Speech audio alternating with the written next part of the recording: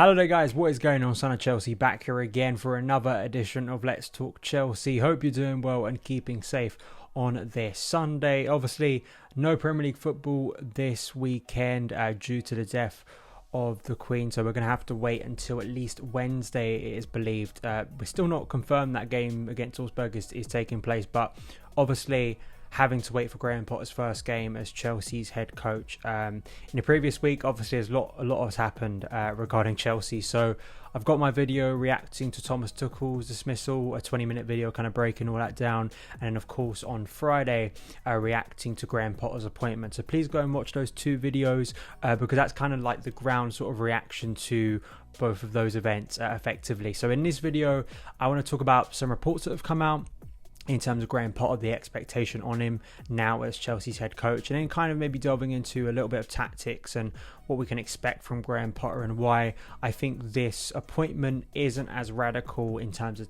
tactics and kind of the style that Chelsea are going to be playing as maybe some would suspect it to be. But before we get into any of that good stuff today, I want to ask you guys, if you haven't already, hit that subscribe button and the notification bell so you don't miss any of the uploads. Going to have a lot of games coming up, obviously, and a lot of interesting stuff to talk about.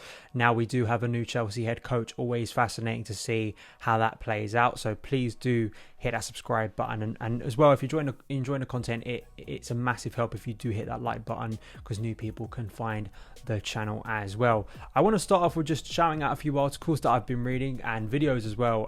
There's so much that you can sort of digest now in terms of content and reading about head coaches, and I think it's really fascinating. So if you do want to learn more about Graham Potter, there's a really good TIFO video which I think was released last season from Alex Stewart, who's a really good sort of tactical analyst, and he sort of breaks down Graham Potter's Brighton. Obviously this was before he had taken a top job, but the video is kind of about what could happen with Graham Potter in his future. Would he be one of the next great managers?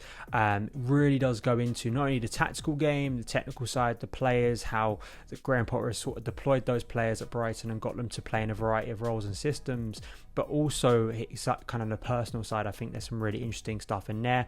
Sam Wallace in the Telegraph, a really good piece kind of breaking down Graham Potter's route to Chelsea and goes back to sort of his days at university and getting a degree, and kind of a really interesting path. Not many, I think, who have been in this role at Chelsea have had quite the path Potter has, so there's a lot in there as well, and there's some really good pieces in the Athletic really profiling Graham Potter as well from the Brighton side of things, so if you want to learn more about him, so I'll link those below. And I also want to shout out this piece from Training Ground Guru that looks into one of Graham Potter's background staff, Carl McCauley. This is Graham Potter's sort of recruitment analyst, who I think could have a really important role at Chelsea. So please go and read that as well. So there is tons of stuff. We are going to focus on Adam Newson, my colleague at Football London, his piece on Friday about the expectations set on Graham Potter for the rest of this season. Todd Boehly prepared to give Graham Potter rare Chelsea gift that Roman Abramovich did not accept. Effectively, it's looking at what happens if Graham Potter does not secure Champions League football, which I think at the start of this season, when Thomas Tuchel was still in charge, it was kind of the minimum, wasn't it, that we could hope for this year. And given that 5-year contract, given the expectation, you suspect that's still going to be a minimum for Chelsea, given the financials and given obviously the weight and prestige of being a regular Champions League club, which, apart from all the criticism you can have of Chelsea in the Premier League, we have consistently got Champions League football since the 2018-19 season, when of course Maurizio Sarri got us back into it, and under Lampard, under Tuchel, we've kept on qualifying for the Champions League, and the hope will be that we keep doing that from this season on under Potter. This is what Adam Newson says in the piece. The minimum aim for the season remains the same as it was under Tuchel, a top 4 finish in the Premier League. That brings with it Champions League football for the 23-24 campaign and a huge revenue boost too. There will be pressure on Potter to deliver that this term. However, if Chelsea were to miss out on a top 4 finish, it's understood that wouldn't instantly bring an end to the Potter project. One source explained the new ownership group is prepared to stick through difficult moments if they believe their long-term plan.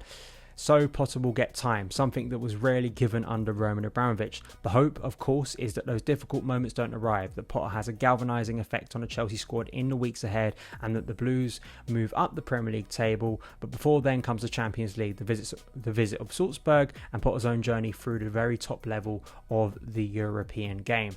Just thinking about the culture that Potter is walking into in terms of long-term coaches, Andy Naylor, who's a reporter for The Athletic on Brighton, this is a really good tweet, and it kind of reflects how chaotic it's been at Chelsea over the past couple of years. It's worth noting that Chelsea will be hiring their fourth manager since Potter joined Brighton in May 2019. Sarri, Lampard and Tuchel.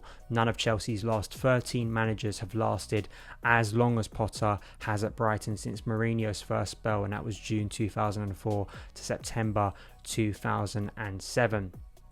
So then we get into Potter, and I tweeted about this and I've written a few pieces. Please go on Football London if you want to sort of get more in depth on this. Tactically, I think the style of Potter, what I like about the appointment is the more you read and learn about Potter, it's not so much on the tactical side, it's not so much of a departure from Thomas Tuchel, and I like that because Chelsea have been very guilty in the past regime of switching head coaches. I think the last 3 or 4 have been like this. You go from Antonio Conte, who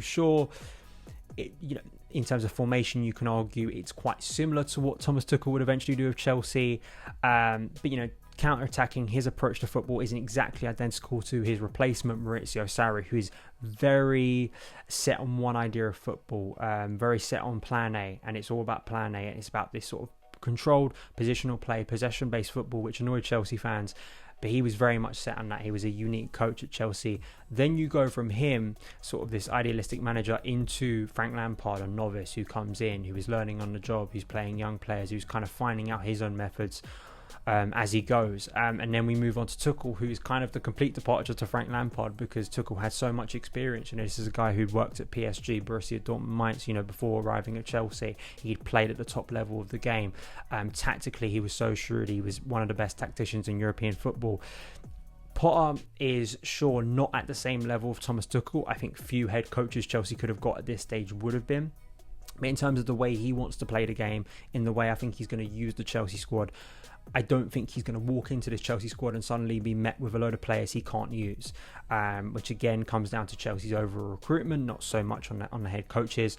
But I look at his flexibility, the way he shifted players in and out of position, I think is fascinating, and something that Thomas Tuchel has done with some of his players. Also, 3 at the back, he likes to play at 3 at the back, just kind of a basic thing. Chelsea players are very used to playing in that system, particularly defenders, which you suspect he's going to continue doing at Chelsea. And on top of that, I also think the style of play, which The Athletic did a really good sort of stats and analytics piece about this. And I want to put up this graph now in terms of the play styles of Chelsea and how it's not too dissimilar to Chelsea's last season. This is team style across teams in the Premier League in the 2021-22 season. And as you can see, Brighton and Chelsea are not that far apart in terms of what they do in possession. Passes per sequence, Chelsea are a little bit more, near 4.5, Brighton just a little bit more than 3.5 per sequence. So we very much are, and Brighton very much are, the profile of a team, one of the top teams in the Premier League. They like to have possession, they like to build up a little bit slower with the ball, and as I say, that's not too dissimilar to Chelsea. So it's not like you're bringing in, on that graph for instance, someone who's been coaching Watford or Newcastle or even Everton, and you're bringing them into a system with players who are used to controlling possession. Another point here about the flexibility with Potter at Brighton, and he's done this with a number of players, but they pick out a few here. Solly March has been turned from a left winger into a right wing back. Argentina international Alex McAllister from a number 10 into a number 6, and Belgium international Leandro Trossard from a winger into a central forward, and at sometimes an effective wing back. The list goes on and on. You think about Marc Cucurella, who of course is now at Chelsea, was a left-sided centre back. The first time Potter did that was against Chelsea at Stamford Bridge last December. This is kind of the general formation, or at least was the last game that Potter had at Brighton with the players. One of the things you have to understand about Graham Potter, and this is the case for a lot of teams in Europe, is the formation that gets put out at the start of the game isn't exactly what the team is going to look like, and that is very true of Brighton. If you watch them, the way they look in and out of possession, the way they look even in different phases of play when they're progressing the ball through the pitch, it can be radical, and as well it can be difficult to define, and that's interesting, but I think sometimes is a little bit frustrating, especially for people to kind of analyse and think about, because you very much are set and thinking about a 3-4-3, a 4-3-3, or in the case of Todd Boehly, a 4-4-3, wherever takes your fancy.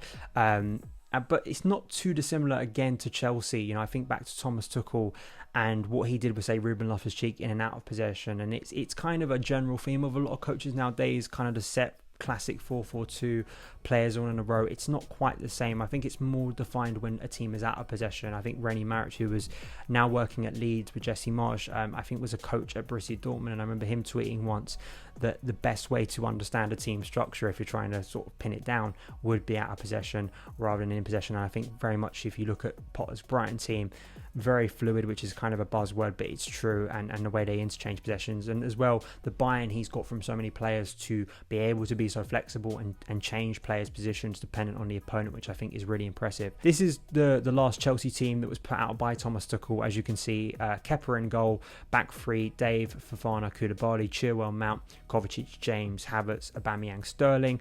Some of this is injury, some of this was just a decision that Tuchel made at the time. Obviously no Thiago Silva against Zagreb. So I've sort of gone for a different formation here, trying to look at what Potter has done in terms of the team that he tries to put out and some of the principles he's gone for.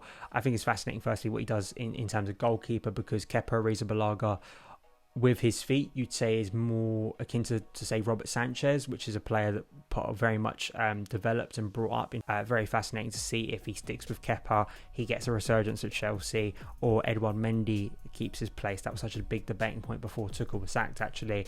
The back three, I think, is pretty obvious. Koulibaly, Silva, Fofana. Will Trevor Chalobah come back into play here? Because, of course, he was kind of a little bit distant under Thomas Tuchel in those remaining months. In central midfield, which is still one of the biggest problem areas for Chelsea coaches, and I still think it's going to be, because it's a possession-based system, does Jorginho really factor in here? How does Dennis Zakaria? I think that's a fascinating one, to be honest, how Zakaria is used. Because when you watch Brighton, as much as they are about technical ability and controlling the ball and wanting to have possession, they also are... There's energy in that midfield. Watching them against Chelsea last year, at times they overwhelmed our central midfield. And it sounds, very basic, in terms of that speed, in terms of that aggression and physicality, but I think you need it in the Premier League. And also the way those midfield players very much advance up the pitch and create overloads from a central area. He likes to use wing backs. He likes to use whip. That's not going to be too dissimilar to what Tuchel was doing with our wing backs, but just particularly the likes of Mateo Kovacic, Conor Gallagher, Ruben Loftus-Cheek, Mason Mount, N'Golo Kante, Jorginho, Dennis Zakaria, Carney Chukwuemeka. There's a lot of players for Potter to use there, and I do think it's fascinating if we're going to see more eights in this system than maybe before, players who are advancing up the pitch a little bit more than Thomas Tuchel would be, who very much loved his double six and the box midfield, which is a phrase or a term you hear a lot when people are analysing Graham Potter's Brighton in terms of what they do in midfield. I think it's going to become very familiar to Chelsea fans in the coming months. So I think overall, tactically, I'm encouraged by what I've seen from Graham Potter. I also think that culturally, and I wrote a piece about this for Football London that was relating it back to Maurizio Sarri, dare I say his name, in terms of my big concern for Potter, as I said in my other video, is how he deals with a different calibre of player, a different level of expectation at Chelsea. But I also feel with behind the scenes Todd Boehly, Behdad Eghbali, the new ownership, what they're trying to do with Graham Potter and giving him this 5-year deal and maybe working with less at times and really trying to build the squad, and you bring in a director of football to kind of align that sort of set of objectives on a regular basis. I feel that youth players particularly are kind of one of the things I'm most sort of focusing on in the coming months, because the investment in, say, Chukwuemeka, you look at Conor Gallagher, who I think should be having a bigger role at Chelsea, considering how well he did at Crystal Palace. Armando Broja, who I think should have been playing more in recent weeks, considering the form of, say, Kai Havertz.